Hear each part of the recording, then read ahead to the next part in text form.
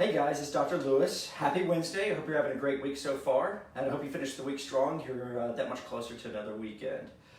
Last couple of weeks we've been talking about how to heal faster, how to reduce that healing time, the amount of time it takes to heal from an injury, no matter what kind of injury that is.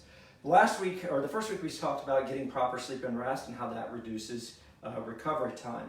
Last week we talked about how exercise and movement speeds up the healing process. Well, this week we're going to talk about a topic that should seem pretty much common sense, but a lot of us don't follow it, and that is proper nutrition.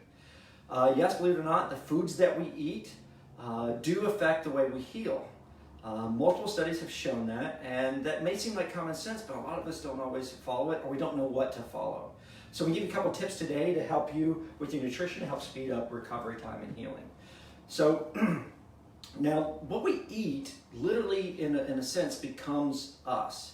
The foods that we eat, what we put in our mouth, what we eat and digest, that's how we build new cells. Well, the process of healing is actually a process of building new cells. Macrophages come to the area and eat up the damaged tissue, whether it's a ligament or muscle or bone. The macrophages eat up the damaged tissue, and other cells bring nutrients to the area to help the rebuilding and the healing process.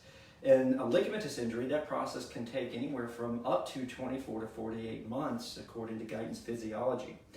Now, the foods that we eat affect that. In many ways, like I said, they literally become us.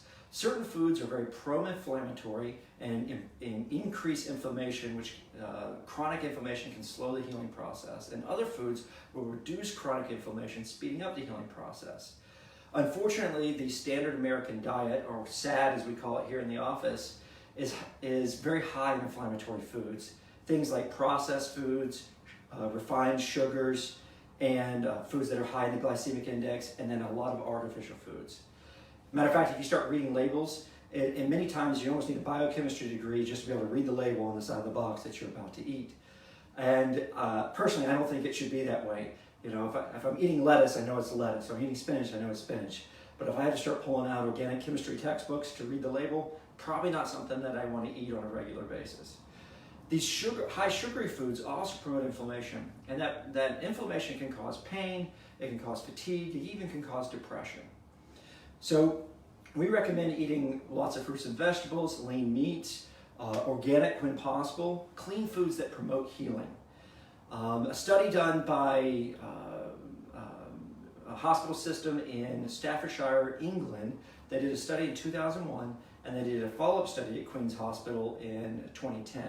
The initial study in 2001 showed that people who ate healthy diets reduced their healing time by 30 to 60 days. Okay?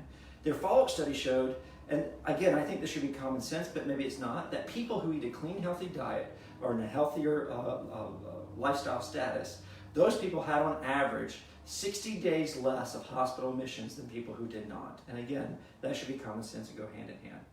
Now, we recommend different supplementation at times to help promote the healing process. One of those supplements may be magnesium. Magnesium is used in multiple thousands of biochemical processes, both directly and indirectly. And one thing that we use magnesium for is to reduce things like muscle spasm, muscle fatigue, help promote the healing response, and help promote healthy sleeping. It also helps get rid of headaches. So in our office, many times we may use a magnesium calibration to determine the threshold that a patient should be at and then titrate it down from there to be at a therapeutic dose of magnesium. If you think you need magnesium and you want to do a calibration, you should talk to your physician first to make sure that it's safe and healthy for you. We also use omega-3 fatty acids, fish oil. Omega-3 fatty acids, contrary to omega-6 fatty acids, so we intake both omega-6 and omega-3 fatty acids through different food sources. And they need to be in the right ratio.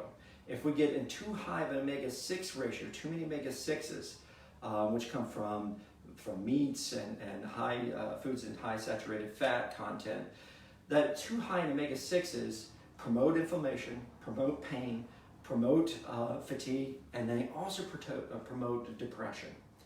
But when we go in a higher omega-3 fatty acid pathway, it reduces those symptoms. So not only can it reduce the joint pain and muscle pain that people are feeling, it can reduce symptoms of depression. And we recommend a high dose of omega-3 fatty acid. Now, one of the side effects of high dose omega-3 fatty acids is high dose omega-3 fatty acids actually thin the blood, which can be good. But if you're on blood thinners or if you're taking a baby aspirin every day, you would want to talk to your physician about weaning off those other things first if it's safe for you, and then you could use omega-3s instead.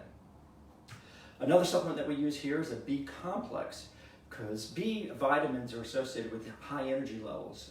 The better energy that you have, the faster that you're going to heal. So we use a B complex or a multivitamin with a B complex in it to promote the healing.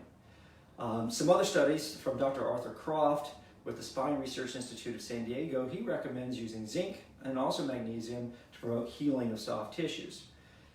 Muscles, ligaments, and tendons is what we're talking about when we talk about soft tissues. In addition, if there's a bone injury, we recommend an active calcium supplement to help speed up the healing response of the bone. So my goal for you today is to be able for you to look at your diet to make sure you're eating a healthy diet that helps you heal faster, not one that promotes sickness and disease and helps you heal slower. Because ultimately, I want you happy, healthy, and living the life that you want to live, not being in pain and discomfort all the time. Next week, we're going to talk about positive mental attitude and how your attitude affects your stress level and how high cortisol levels can damage your body and slow the healing response. I hope you have an awesome end to your week and a great weekend, and we'll see you guys here next week.